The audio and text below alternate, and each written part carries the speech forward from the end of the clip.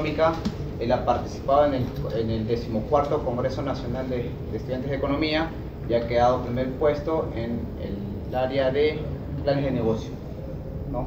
Y hoy día él, por el Día del Economista, nos va a dar una exponencia de 4 grandes alternativas de la economía. Sin más que decir, un aplauso para Juan Zapata, por favor.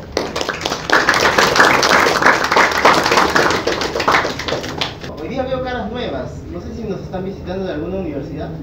¿Me pueden decir quién no es de la FIEX? ¿Quién no es de aquí, por favor? Me levantan la mano.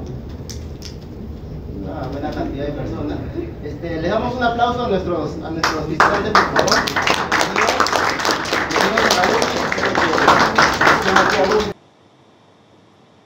Listo. Comenzamos por un camino. ¿Y por qué un camino? Porque en la vida de todo estudiante de economía siempre hay un momento en el que tienes que pararte a pensar y tomar la decisión de a qué te vas a dedicar, en qué vas a trabajar. Tal vez a ti te gusta la parte macroeconómica y puedas aplicar al MEF, tal vez a la PCM, o prefieres la parte monetaria y puedes aplicar a nuestro prestigioso Banco Central de Reservas. Puede ser que te guste la microeconomía y entrar a una entidad reguladora como Ocinermin o Citran, tal vez aplicar los conocimientos para una empresa. Puede ser que te guste la parte de proyectos, que está muy sonado ahora, ¿no? Los proyectos de inversión. Te gusta la parte pública, a aprender el SNIF, o tal vez te gusten las finanzas y entrar a un banco, a una central de riesgo, a una aseguradora. En fin, hay tantas buenas opciones, pero no sé si a ti te pasa, pero a mí me pasa todo el tiempo que tengo muchas buenas opciones y no me convence ninguna. Entonces yo estuve en un momento así y me pregunté, ¿será que hay algo más? Y me puse a investigar y encontré muchas otras alternativas. De todas esas, son 4 las que más me llamaron la atención y las que te voy a presentar hoy, que son la neuroeconomía, poseconomía, cibereconomía y bioeconomía. Y si tú estás en ese momento en el que estaba yo, en el que aún no te has decidido qué vas a seguir, esta conferencia la hice para ti, para que tengas un campo más amplio y puedas tomar una mejor decisión.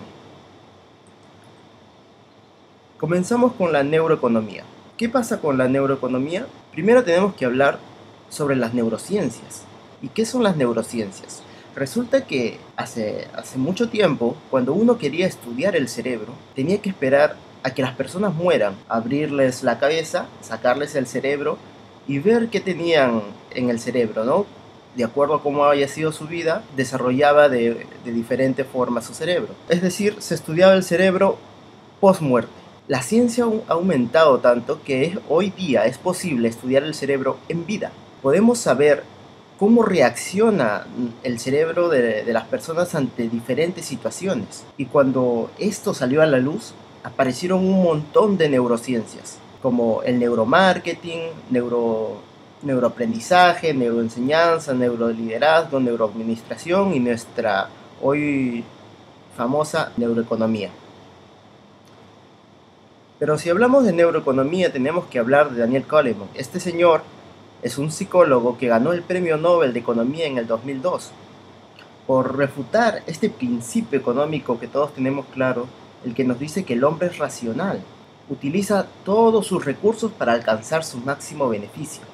Pero, ¿es en realidad el hombre racional? Si somos tan racionales entonces, ¿por qué tomamos decisiones y luego nos arrepentimos? ¿Por qué hacemos cosas que no queremos? ¿Por qué hacemos algo y aún sabiendo que está mal lo hacemos? Es porque el cerebro busca la satisfacción inmediata antes que el placer a largo plazo. No sé si a ustedes les pasó como a mí, que cuando estaba estudiando microeconomía nos daban las curvas de indiferencia y teníamos que hacer unas derivadas, reemplazar unos valores y donde era la tangente teníamos la máxima satisfacción, ¿no? Entre dos bienes. Y ahí el consumidor maximizaba su beneficio. Entonces yo me ponía a imaginar a las amas de casa, ahí en el supermercado, haciendo sus derivadas con su papelito, los niños también cuando van de compras, a ver con cuáles combinaciones hacen su máximo beneficio. Nadie hace eso. Se dan bastantes cifras. Algunos dicen que es el 80, el 90, e incluso que el 97% de nuestras decisiones las hacemos de forma irracional. Nos dejamos llevar por nuestros instintos, nuestros impulsos, nuestras emociones. No pensamos en que vamos a alcanzar nuestro máximo beneficio, no. Y entonces, para que entiendan esto, les tengo que hablar de la teoría del cerebro triuno. Esta teoría dice que nuestro cerebro está compuesto de 3 cerebros diferentes. El cerebro de la capa de la superficie es el neocórtex, la parte racional, que es, digamos, la parte en donde haces tus operaciones, tus cálculos, la parte lógica, ¿no? Tu parte consciente. Piensas con ese cerebro cuando tienes que tomar una decisión y ves las alternativas, a ver cuál te conviene. Después tenemos el cerebro límbico o el cerebro emocional. Ahí se encuentran todas nuestras emociones. Si nos sentimos bien, nos sentimos tristes.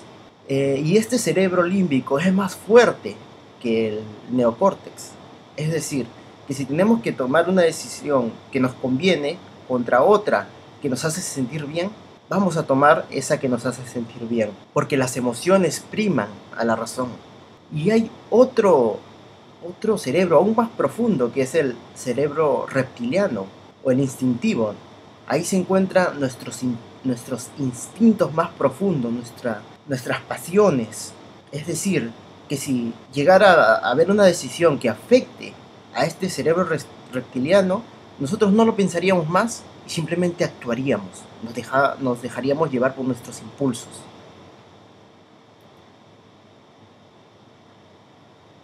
Ahora, ¿cuáles han sido los enfoques que ha tomado la psicología?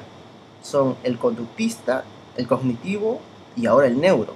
Y voy a hacerle una analogía con la economía. El enfoque conductista intenta saber las reacciones que se van a dar ante diferentes estímulos. Es decir, si yo hago esto, ¿cómo va a reaccionar? No se preocupa por los procesos mentales que hay en el cerebro, simplemente por las reacciones. Con la economía, digamos, si yo subo la tasa de interés, ¿cómo va a reaccionar la gente? Si yo aumento el gasto público, ¿qué va a pasar con las personas? Aumento las transferencias. Es decir, estamos todavía en este lado. No nos importa cómo piensa la gente, sino cómo reacciona. Y esta es la razón por la que muchas políticas económicas funcionan en un lugar y en otros no. Porque la gente es diferente, actúa de forma diferente, piensa diferente. Luego tenemos el enfoque cognitivo, en donde ya se intenta descubrir qué hay dentro del cerebro, cómo reacciona, cómo funciona el cerebro, cuáles son esos procesos mentales. Y tenemos modelos como el que les mostré hace rato de las curvas de indiferencia. Sin embargo, nuestro cerebro tiene millones de neuronas. Y todas nuestras decisiones, si sea la más insignificante, tiene millones de variables. Depende de muchas cosas, como cómo te sientes, estás feliz, te sientes nerviosa, estás enamorado, estás triste, tienes miedo, tienes hambre, tienes frío. Todo eso influye en las decisiones que toma el cerebro. Y estos factores cambian de relevancia todo el tiempo. No se puede sintetizar en un pequeño modelito la gran cantidad de variables que hay en el cerebro. Y es por eso que nace el enfoque neuro. Con las neurociencias es posible saber cómo reacciona tu cerebro exactamente en el mismo instante cuando tiene que tomar una decisión. Pero ¿cómo se hace en neuroeconomía? Se usan las herramientas de las neurociencias. Uno es el electroencefalograma, que es, como lo ven en la figura, una especie de casco que te ponen en la cabeza y empieza a medir tus ondas cerebrales. Otro es el eye tracking, que es una especie de gafas que miden hacia dónde está apuntando tu ojo y pueden ver dónde tú le prestas más atención. ¿Y cómo podemos usar estos instrumentos? Esto realmente está todavía en pañales. Si alguno de ustedes quiere hacer investigación sobre esto, marcaría su nombre en los libros de neuroeconomía, porque hay muy pocas personas desarrollando esto. Por ejemplo, tal vez ante tal política, ustedes quieren saber cómo va a reaccionar las personas, se le puede medir las ondas cerebrales y saber cómo van a reaccionar. Entonces, si tenemos una muestra de una buena cantidad de personas, podemos saber cómo va a reaccionar el colectivo. hay otro campo que está más desarrollado, que es la parte de investigación de mercados, ¿no? Si ustedes han llevado investigación de mercados, les han enseñado que tienen que hacer encuestas, focus group. Sin embargo, en la investigación de mercado aplicando las neurociencias, se nos dice que el focus group ya no sirve, que las encuestas tampoco. ¿Por qué? Pues en un focus group siempre hay un líder que condiciona la opinión de los demás y todos apuntan hacia lo que él dice. Y las personas, por no sentirse mal y no ir en contra de lo que dice la mayoría, terminan diciendo esto. En las encuestas, la gente te miente, pero no te miente porque sea mala, ni porque quiera, sino que las personas no se conocen a sí mismas. Te pueden decir, sí, lo voy a comprar, sí, lo voy a hacer, pero a la hora de la hora no lo hace. Para darles un dato curioso, en Estados Unidos, el 80% de los estudios de marketing fracasan, y se supone que son los buenos. Es decir, que han hecho todo su focus group, sus encuestas, y sacan el producto y fracasan. ¿Por qué? Porque el cerebro de las personas dice otra cosa, hace otra cosa. Entonces, usando las herramientas que les mostré anteriormente, podemos medir la atención, la emoción y la memoria para saber qué tan importante es un producto en la cabeza de las personas. ¿Cuál es su posicionamiento? Esto se usa mucho, por ejemplo, en lo que es música. Cuando se saca una nueva canción, se le hace de escuchar a una buena cantidad de personas y se les analiza el cerebro. No se les pregunta nada, simplemente se observa su cerebro. Y ya se sabe cuándo una canción va a ser un éxito antes de lanzarla, por estos estudios.